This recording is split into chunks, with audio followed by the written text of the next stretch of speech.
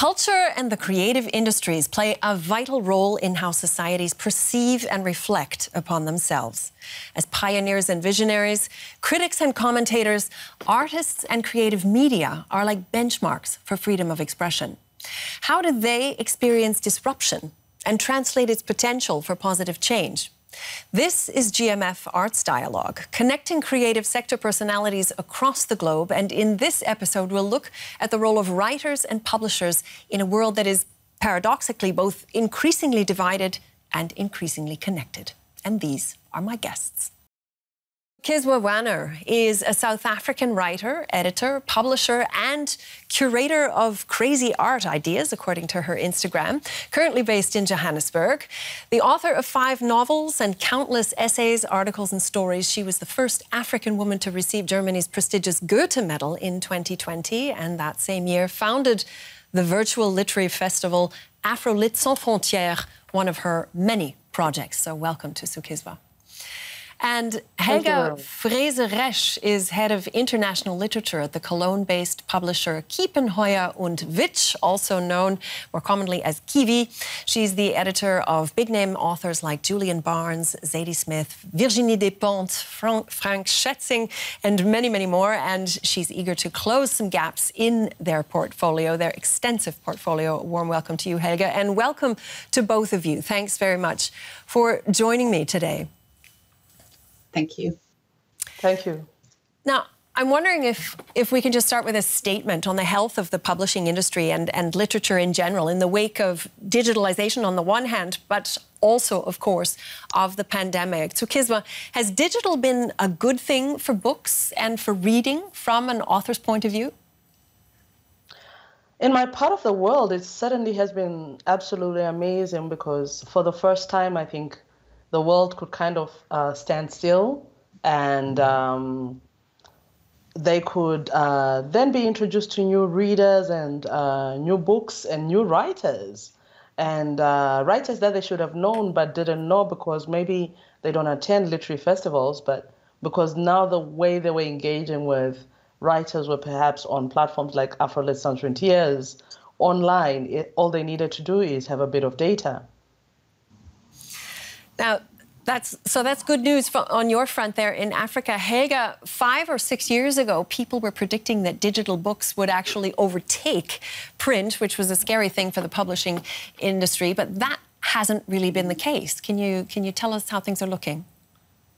No, that has not been the case. Interesting enough, that means that normally I think that the pocketbook industry suffers from ebooks because if people buy books and they don't want to keep them in their shelves, they sometimes choose to buy the ebook. But if we talk about literature, then it's still that people love to have solid books and then keep them. So it's for us, it's normally not more than 20% maximum the ebook, and so it's still 80% the paper book. So this threat has not become true. Has there been a democratization at all in terms of do you think, in terms of the accessibility of books for all walks of society?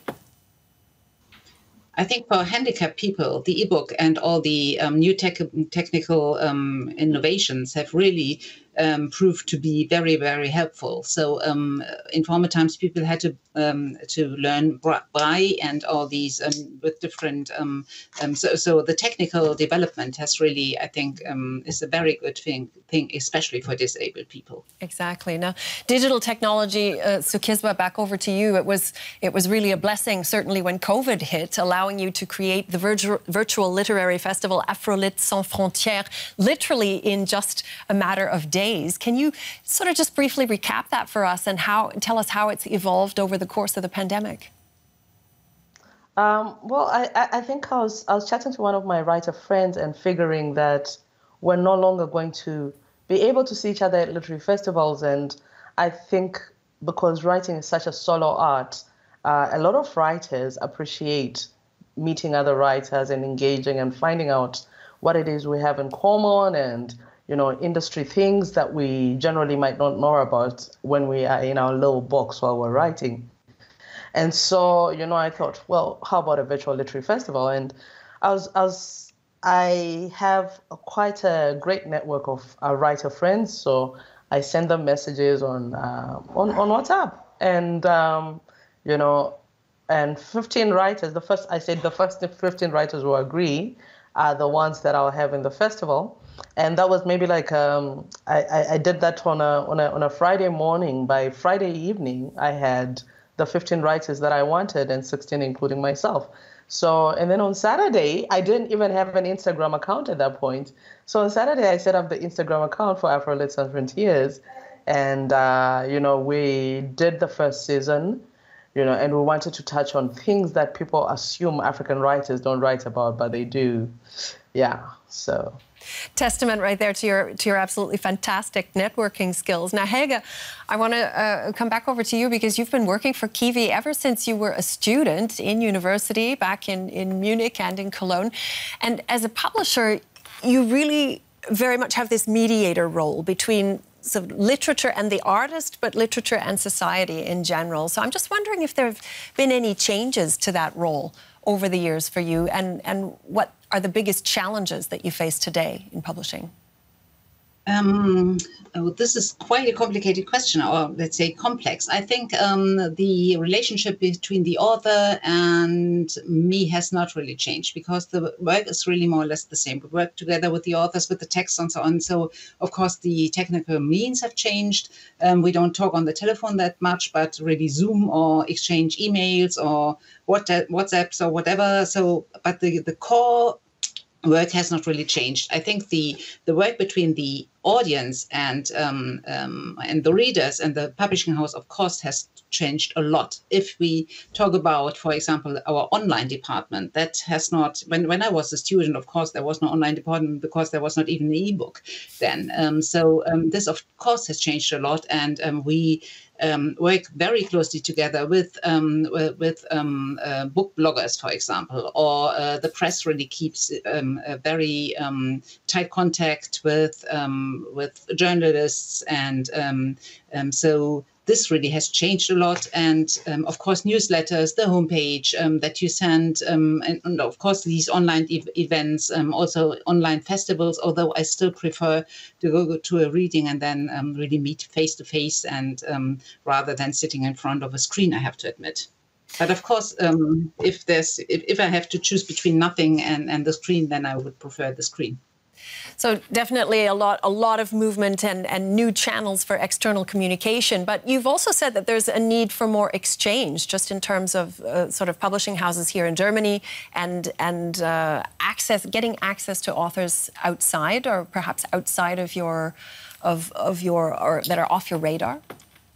Yeah, I mean, the interesting thing is that the book market, I think, in a way, is very old-fashioned, meaning that I always see the same people at the fairs, and the book market and the literary market really contains of agencies and publishing houses, and they either go to the fairs or they don't, and they either try to get in contact with us or they don't, and so it's always the same people, and I think it's still quite narrow. If I think of the countries and the languages I read and I have contact with, I think that really could be much better, because it's still the book market is and the infrastructure of the book market is still quite narrow. It's always the same people, always the same countries, and this, of course, is a pity. And I think we could really try to change that. Okay, so this is interesting. In 2018, Zukiswa, you established Paivapo Publishers. That's your publishing company, along with your longtime friend Nomavuso Fokwana, specifically to enable greater access to literature from Africa and the African diaspora. So, you know, you've said to me, and I think would agree with Helga, publishing always does struggle with being a little bit in a silo of its own. Perhaps you can throw out some lines here. Well, yeah, no, I think certainly there is a need to look beyond the usual spaces. For example, Germany has hosted African Book Festival in Berlin, for instance, which is done by Intercontinental. And I know that they have most of the time had writers from Africa who are not otherwise as well known. They're not big name writers. So if somebody were looking to diversify, that is certainly a great place to start. I know Lady Rumalingani from South Africa is curating the next one in 2022. So definitely there is a broader, wider, way of engaging. And of course, I mean, even when I just think of Afro Lit Sans Frontiers myself, I had over 80 writers over a space of 5 months, and they were from diverse African countries. I think in the end, we'd had a representation of like 30 of the 54 or 55 African countries that we have. We had writers from Somalia, from Namibia, from Ghana, from Cote d'Ivoire, from countries that from Angola, from Mozambique, countries that are not like, just because generally when people think about African writing, they think about Nigeria and South Africa. Mm-hmm. And I was trying to avoid that. And so at any given time, at the most, I'd only have like two South Africans or two Nigerians, That's interesting. So, I mean, it seems there's absolutely no lack of content, but perhaps certainly this problem of reception, or what international publishing houses, as you've said, have deemed to be African literature, that have perhaps limited the amplification of African voices. Helga, are there any connections there that you recognize, or any thoughts on your side as to how to overcome some of these infrastructural barriers? Yes, I think it's absolutely true. And for example, there's the Voice of Africa Festival here in Cologne. But of course, it's more or less, then I meet authors, but the infrastructure, of course, is also via agencies and via publishing houses, meaning that in order to get all the information. And of course, the authors are, in a way, of course, they're the most important, but sometimes the information really goes through agencies. So that you get the material, that you get material about the authors and so on. So I need some sort of, very often some sort of professional information, which does not mean that the authors don't do that, of course. But it's interesting that the market, in a way, has really neglected some countries, which of course is a shame. So Zukiswa, so what are your thoughts? I mean, obviously, you started Paivapo with a clear sense that Africa needed to be reading more African authors, and you've worked very hard on establishing those links and been very successful with that. How do you think you could facilitate connection for other European and Western publishers? Well, certainly, if they're interested, I think when I was doing it, I was looking at how we can make more linkages within the continent, because so often when people talk about African literature, they're usually talking about literature in English, and I wanted to be able to talk to my siblings in Francophone and in Lusophone, and to me, and I think Portuguese. Perhaps that. Yes, and I think that has been one of those things that has really worked well, because it's something that we talked about for quite a bit, and so I'm hearing what Helga is saying, but the interesting thing about a lot of the African publishing industry is we don't really do agents. What normally happens is publishers are quite often, open. They do a call out and they say, we'd like some books from, we're calling out for manuscripts. And we have a month or whatever it is, or 2 months or 3 months. And and then they say, yes, that's absolutely fine. You can submit. And then they'll select, the manuscripts that they think they want to publish.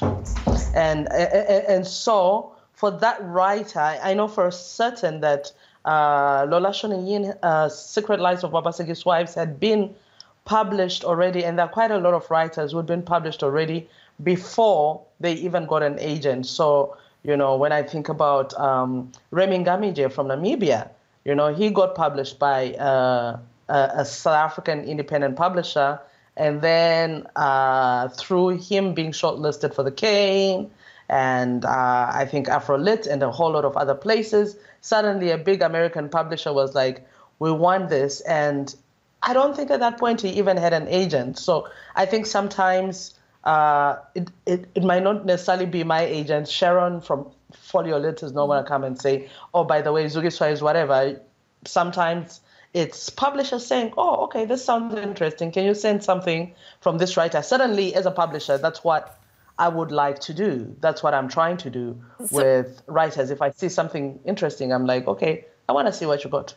And it's really just it's a structural difference in terms of how the connections are created, it seems. You know, as a curator, you're very much a whiz at bringing different art forms together for cross-disciplinary exchange. I'm thinking of your Artistic Encounters series. Can you comment on the importance of storytelling and why you feel it's so important to make that storytelling multidimensional? Well, you know, I'm a writer, of course. I always come from a very selfish space of believing that it all starts with a word. It starts with a story. And for that reason, but then I started thinking about it from as far back as 2010, actually, when my third novel came out. And I started trying to figure out, you know, I think not all writers are usually good readers, like public readers. And so I started thinking about, you know, how do we make this more interesting? And it was for my book launch, my third book. And I got some actors and they did a performance of the book and stuff. And it went down very well. And I started thinking, you know, this is something that I want to do. So I started doing it when I could get a bit of funding from Goethe Institute Nairobi a few years back. I decided, let me see how to do this. So I did poetry and visual art and,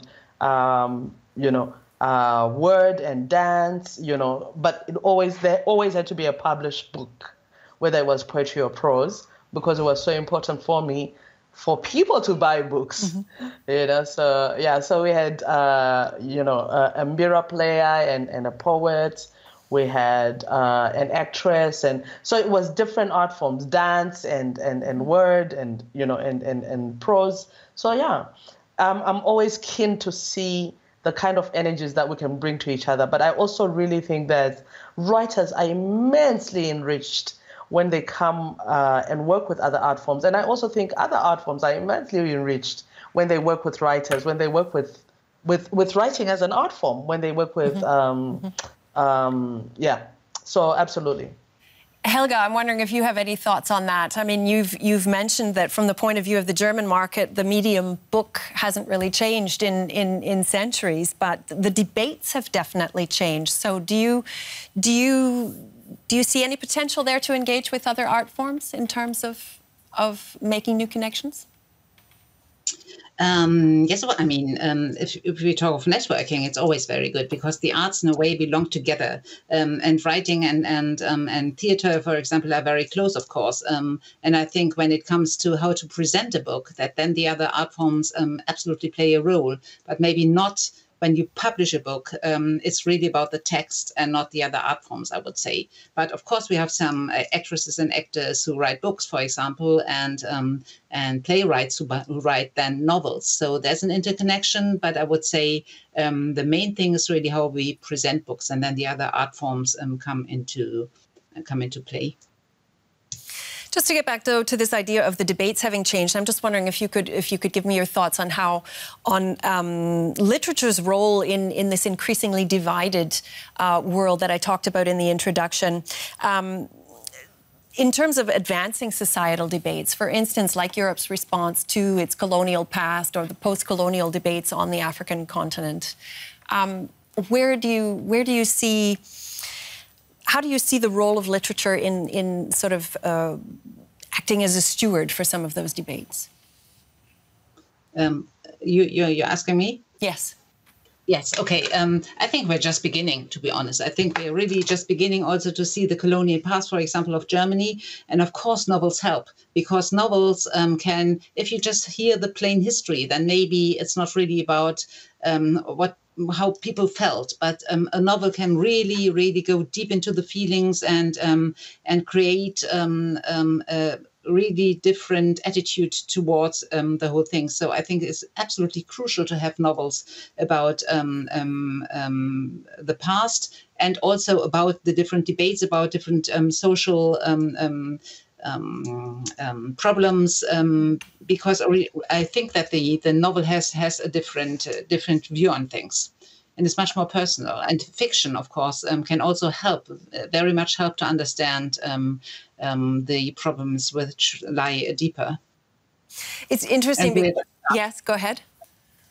No, we're just starting, I think, especially with the colonial past. with the colonial reckonings, yes, absolutely. It's interesting, when we spoke, you made a comment about how literature is something stable, in terms of a book being a stable form that a reader can pick up and have before them. But I'm just wondering, to come back to Zukiswa, you know, coming from South Africa, where you're actively seeking out narratives to fill emotional, educational, historical gaps for your audiences.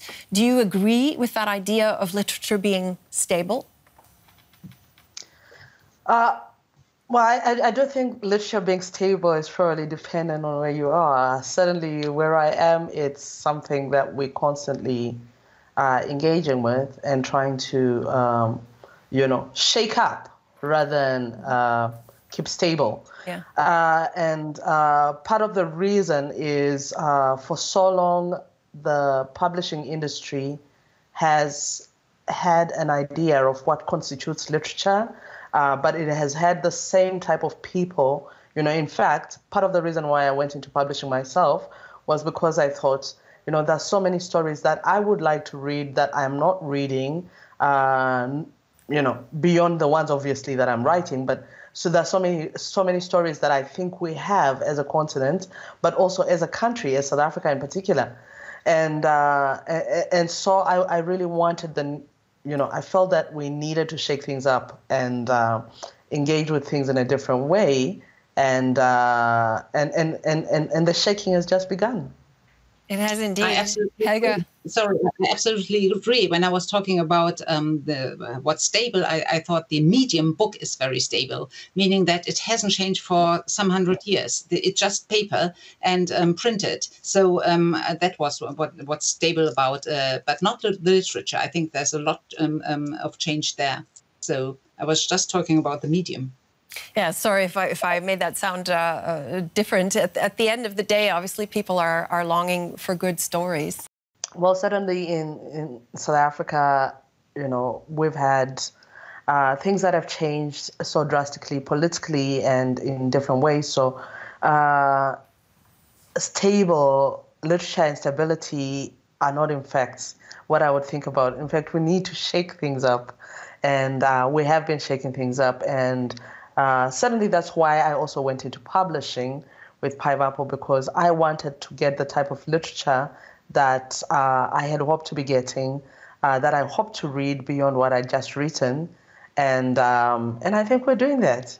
Absolutely clear that international audiences are looking for diverse stories. The appetite is out there, and I'd like to thank both of you for connecting with me today and connecting with each other. Helga Frese-Resch and Zukiswa Wanner. Thanks for speaking with me. Thank you very much. Thank you, Karen. Go well, both of you. Thank you.